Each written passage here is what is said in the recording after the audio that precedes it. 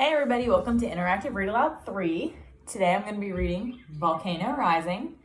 While I'm reading, I want you guys to think about two things, and you're going to answer these in the comments on our Edmodo page, okay? You're going to answer, what are the two different types of eruptions, and how can you tell the difference? Following this reading, sometime today or tomorrow, I will be doing a STEM activity video demonstrating the two different types of eruptions with a Coke can and a Coke bottle. And you guys are going to take a prediction on which eruption you think will take place from the Coke can or the Coke bottle. And you'll also post that in the comments, okay? While I'm reading, you're going to realize that there are some big text at the top, followed by some little text. Today, we are just going to read the big text for the sake of our activity. We will go back at some point and read the small text. All the small text is it is specific volcanoes and mountains and sites and really cool things here on Earth that are real, and we would have so much fun talking about and researching. So we will do that at another time. So I'm going to go ahead and jump on in. Volcano Rising. Kaboom! Most people think volcanoes are either sound asleep or blowing their tops off in a fiery, ash-sweeping catastrophe.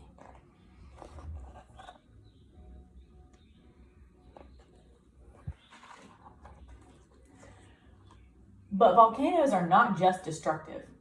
Much more often, volcanoes are creative. They grow taller and wider. They form majestic mountains and they build new islands where there were none before. I think we all can appreciate that.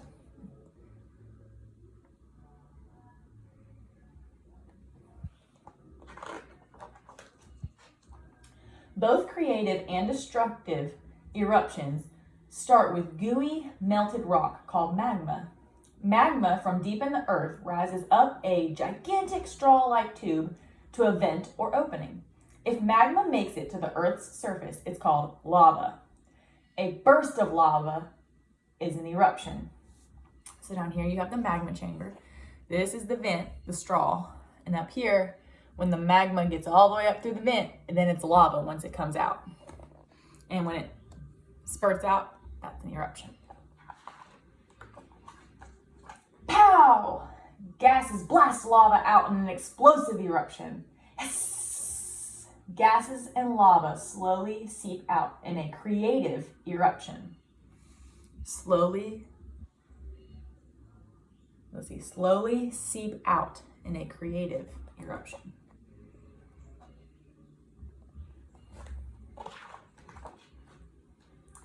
A creative eruption can start with the ground swelling a tiny bit each year.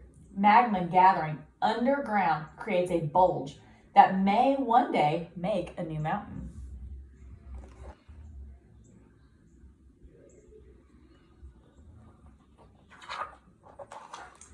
Sometimes creation happens more quickly. Volcanoes can appear out of nowhere. One day, the ground cracks and ash spurts out, forming a new volcano.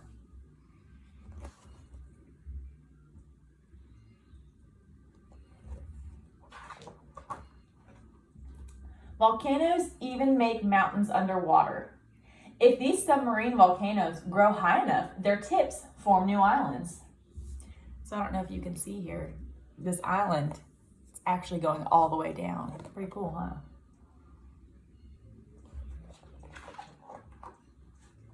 Some volcanoes secretly erupt under glaciers, hiding growing mountains deep under thick ice.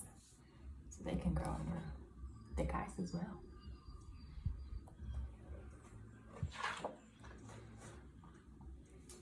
Creative eruptions can continue for a really long time. Whoosh! Fountains of red hot lava squirt high into the air. Gurgle! Stinky lava streams to the shore.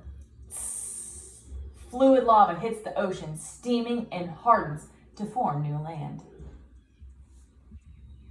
That's pretty cool.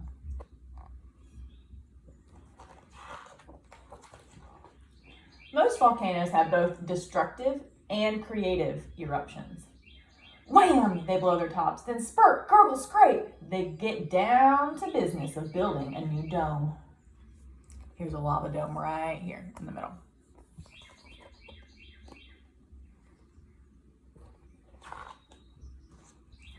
Kabam, bam, boom! Even the most dangerous volcanoes, super volcanoes, can do creative work.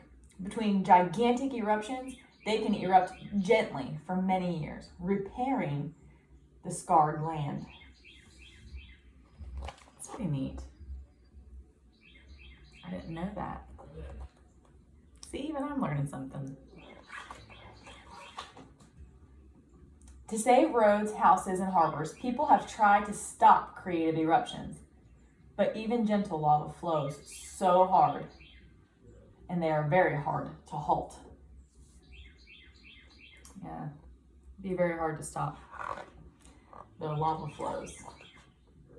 Still, people are rarely hurt by creative eruptions because they can outwalk or run them.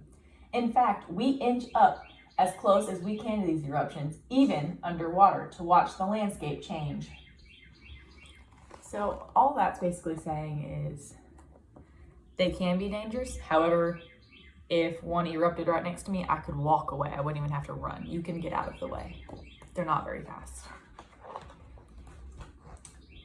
Creative eruptions give us all a chance to witness the power of a volcano rising.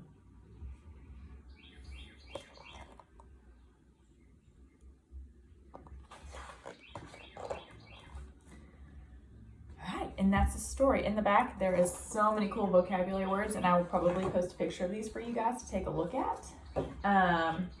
In this text, it mostly talked about one type of eruption, but there were two mentioned, and I would like you guys to tell me what those two were and what you think the difference are in the comments of this video on our Edmodo page.